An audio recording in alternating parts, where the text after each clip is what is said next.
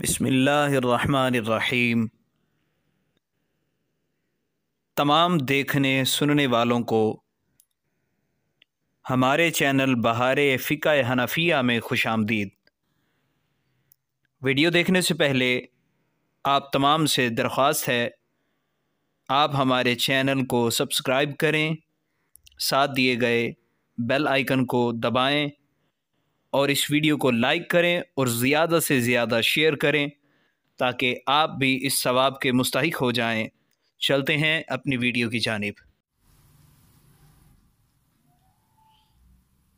امام غزالی رحمۃ اللہ علیہ نے مکاشفۃ القلوب کے اندر ایک حدیث پاک نقل فرمائی کہ رسول اللہ صلی اللہ تعالی علیہ وآلہ وسلم نے ارشاد فرمایا، لا یلج النار من بکا من خشیت اللہ حتی یعود اللبن فی الضرع۔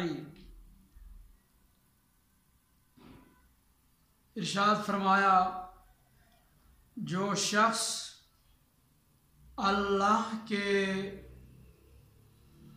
خوف سے رویا، آنسو بہائے، اللہ تبارک و تعالی اس سے جہنم کی آگ میں داخل نہیں فرمائے گا یہاں تک کہ دودھ تھنوں میں واپس لوٹ جائے۔